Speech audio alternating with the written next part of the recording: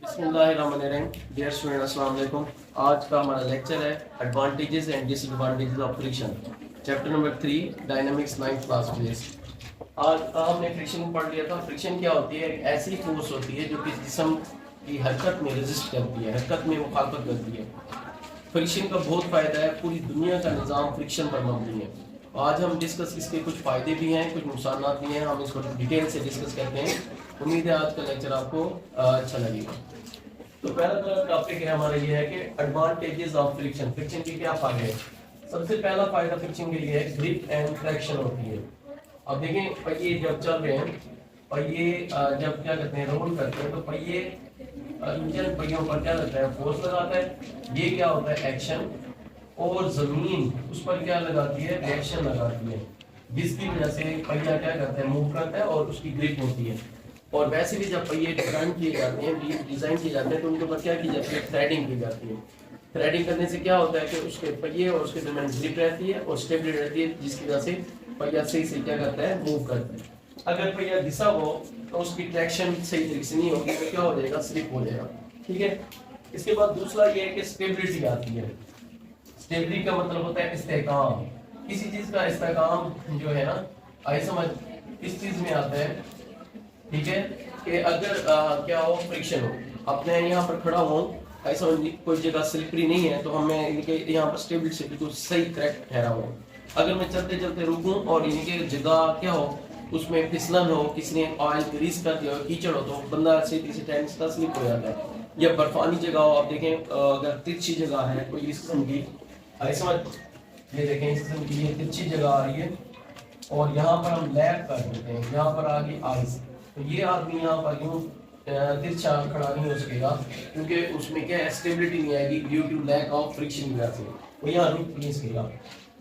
तीसरा फायदा ये है, आई समझ, फ्रिक्शन का, इससे हीट जनरेट होती है। आप देखें जैसे सर्दियाँ हैं, सर्दियों में क्या करते हैं हम, इनके वो हीटर यूज करते हैं, उसके अंदर भी क्या होते हैं, जैसे बल्ब के फिलामेंट में टंगस्टन लगाया जाता है, रेजिस्टेंस के ऊपर जो हीट पैदा करता है। इस्त्री में भी क्या होता है, रेजिस्टेंस की वजह से हीट पैदा होती है, कपड़े प्रेस होते हैं, हम पानी को क्या करते हैं, गर्म कर लेते हैं, तो ये हीट जनरेट भी कर सकते हैं हम लोग, जो हमारे मुख्तलिफ फायदे के लिए क्या होती है, इस्तेमाल होती है।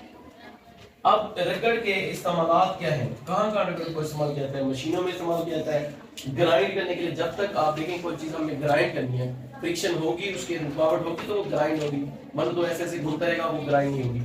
पॉलिशिंग करते हैं, अब देखें कोई जगह, आप देखें गाड़ी है, अगर बस नहीं, आपकी कार है, गाड़ी है, इस पर क्या करें आप, ऑयल ही कर दें सारा, फिर उसके ऊपर आप क्या करें, रंग करें, पॉलिश करें, तो आप देखें रंग उस पर सही तरीके से नहीं ठहरेगा। जैसे आप देखें दीवारों को, वॉल को हम क्या करते हैं, जब वाइट वॉश करते हैं या वॉश करते हैं, तो अक्सर वो देखें उस पर रेत माल इस तरह से फेरा जाता है, ताकि वो जगह को फ्रिक्शन पैदा की जाती है, फिर उस पर कलर क्या होता है, मजबूती से क्या करता है, ठहरता है। ठीक है जी। तो दूसरी बात, फ्लाइंग, उड़ने के लिए भी क्या है, फ्रिक्शन की जरूरत है। हम जब परिंदे उड़ते हैं तो अपने परों की मदद से हवा को कहाँ पे करते हैं, नीचे। अगर वो फ्रिक्शन होती है, हवा उन्हें रहते मतलब ऊपर उठाती है। अगर वो फ्रिक्शन ना हो तो वो तो ऐसे से अपने पर हिलाते नहीं, वहीं पर ठहरेंगे और गिर जाएंगे। ठीक है। राइटिंग, हम कॉपी पर लिखते हैं, किसकी वजह से लिख सकते हैं, फ्रिक्शन वजह से। अगर आप देखें कॉपी के पेज पर ऑयल गिर जाए या कोई ग्रीसी चीज लग जाए, तो हम वहां पर लिखना चाहें तो हम वहां पर नहीं लिख सकते। वॉकिंग, हम जो चलते हैं वो किसकी वजह से चलते हैं, फ्रिक्शन वजह से। हमारे पाँव और जमीन के दरमियान में मुसलसल फ्रिक्शन होगी तो हम चल सकेंगे, मतलब हम क्या हो जाते हैं, स्लिप हो जाते हैं। ये थे एडवांटेज ऑफ फ्रिक्शन। जहाँ फ्रिक्शन क्या है, हमारे लिए फायदेमंद है। अगर हर किस्म की फ्रिक्शन खत्म हो जाए तो दुनिया का निज़ाम क्या हो जाएगा, गाड़-बाड़ हो जाएगी। हम चल नहीं सकेंगे, भाग नहीं सकेंगे, ब्रेकें नहीं लगेंगी, गाड़ी की ब्रेकें भी फ्रिक्शन की वजह से होती है। कॉपी पर हम लिख नहीं सकेंगे, पहाड़ों पर हम चढ़ नहीं सकेंगे, परिंदे वगैरह उड़ नहीं सकेंगे।